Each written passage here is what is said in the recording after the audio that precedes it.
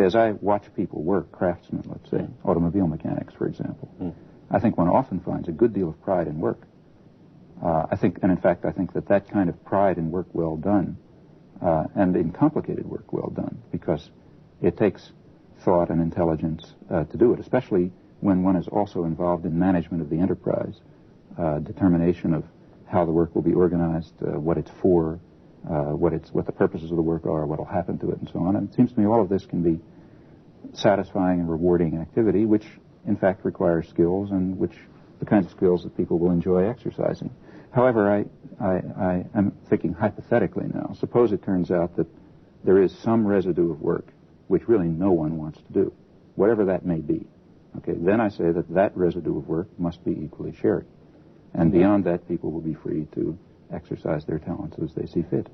But I put it to you, Professor, that if that residue were very large, as some people would say it was, like it accounted for about the work involved in producing 90% of what we all want to consume, then the organization of sharing it on the basis that everybody did a little bit of all the nasty jobs would become wildly inefficient, because after all, even the nasty jobs you have to be trained to do and equipped to do, and that the efficiency of the whole economy would suffer, and therefore the standard of living which it sustained would be reduced.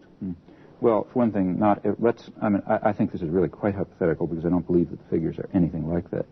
As I say, it seems to me that if human intelligence were devoted to asking how technology can be designed to fit the needs of the human producer, instead of conversely, that is, now we ask how the human being with his special properties can be fitted into a technological system designed for other ends, namely production for profit. My feeling is that if that were done, we would find that the really unwanted work is far smaller than you suggest. But whatever it is, let's say, whatever amount it is, notice that we have two alternatives. One alternative is to have it equally shared. The other is to design social institutions so that some group of people will be simply compelled to do that work on pain of starvation. Those are the two alternatives. Well, now, given those two... not compelled to do it, but they might agree to do it voluntarily because they were paid to do it an amount which they felt made it worthwhile. Well, but you see, I'm assuming that everyone essentially gets the essentially equal remuneration. Don't forget that we're not talking about a society now where or perhaps you are, but where the people who do the onerous work are paid substantially more than the people who do the work that they do on choice. It's quite the opposite. The way our society works, the way any class society works, the people who do the unwanted work are the ones who are paid least. That is, that work is done and we sort of put it out of our minds because it's assumed that there will be a massive class of people who control only one factor of production, namely their labor, and have to sell it. And they'll have to do that work because they have nothing else to do, and they'll be paid very little for it. Now, one can imagine, I accept the correction, let's imagine three kinds of society. One, the current one, in which the undesired work is given to wage slaves. That's the current system. Let's imagine a second system in which the undesired work, after the best efforts to make it meaningful, the undesired work is shared. And let's imagine a third system where the undesired work receives high extra pay so that individuals voluntarily choose to do it.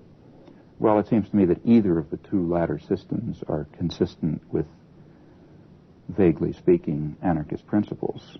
I myself would argue for the second rather than the third, but either of the two is quite remote from any present social organization or any tendency in contemporary social organization.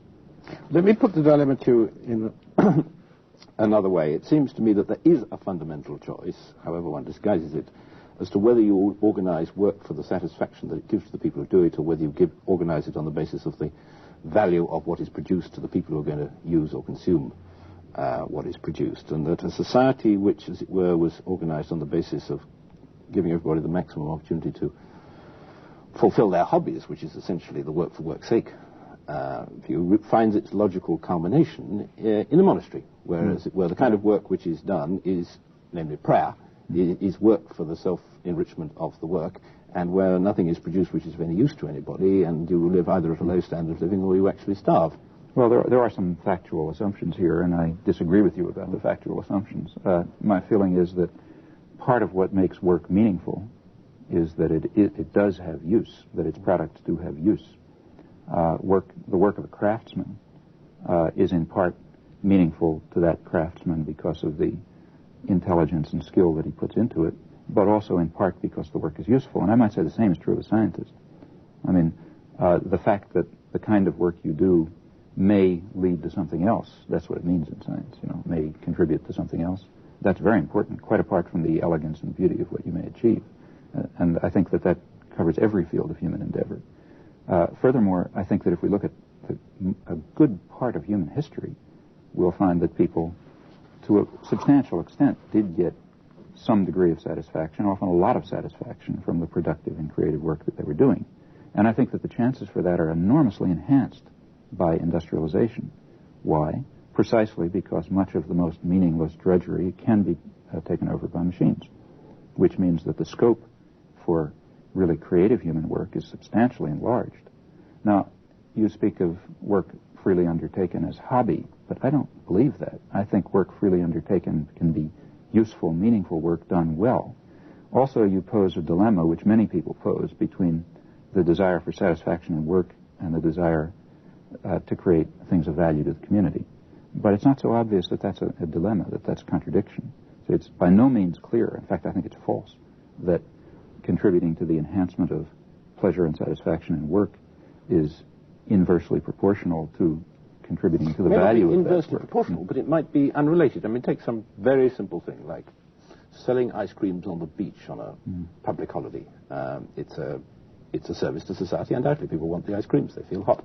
On the other hand, it's hard to see in what sense there is either a craftsman's joy or a great sense of social virtue or nobility in performing that task. Why would anyone perform that task if they were not rewarded for it? I've seen some very cheery-looking ice cream vendors who sure, happen to like the idea, a lot of money. And they happen to like the idea that they're giving children ice cream, which seems to me a perfectly reasonable way to spend one's time as compared with thousands of other occupations that I can imagine.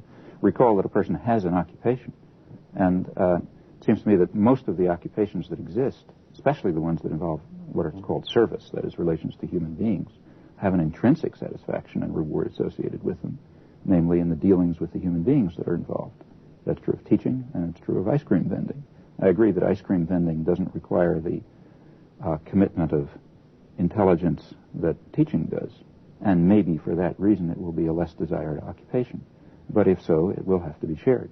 However, what I'm saying is that our characteristic assumption that pleasure in work, pride in work, is either unrelated to or negatively related to the value of the output, that's an assumption which is related to a particular stage of social history, namely capitalism, in which human beings are tools of production. It is by no means necessarily true. For example, if you look at interviews with workers on assembly lines, for example, that have been done over and over again by people who do industrial psychology, you find that one of the things they complain about over and over again is the fact that their work simply can't be well done. The fact that the assembly line goes through so fast that they cannot do their work properly. Their pride in craftsmanship is itself demeaned. Let me just mention another. Well, I just happened to look recently at a study of longevity in some journal of gerontology. Don't ask me why I was reading that. And it tried to trace the factors that you could use to predict longevity, length of life. And, cigarette smoking, drinking, genetic factors, everything was looked at. It turned out that the factor that was the highest predictor, the most successful predictor, was job satisfaction. Now, people who have nice jobs live long.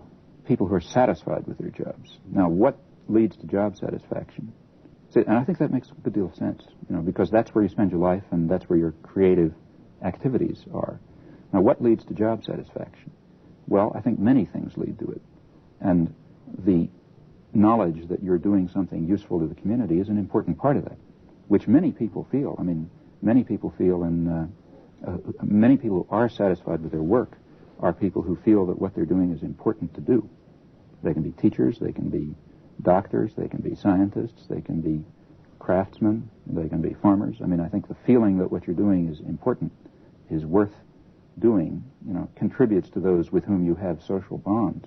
That's a very significant factor in one's personal satisfaction. And over and above that, there's the pride and the self-fulfillment that comes from a job well done, from simply taking your skills and putting them to use. And I don't see any reason why that should be, why that should in any way harm. In fact, I should think that would enhance the value of what's produced. But let's imagine still that at some level it does harm it. Well, okay, at that point, the society, the community, has to decide how to make compromises. Each individual is both a producer and a consumer, after all. And that means that each individual has to join in those socially determined compromises, if in fact there are compromises. And again, I feel that the nature of the compromise is much exaggerated because of the distorting prism of a really coercive and personally destructive system in which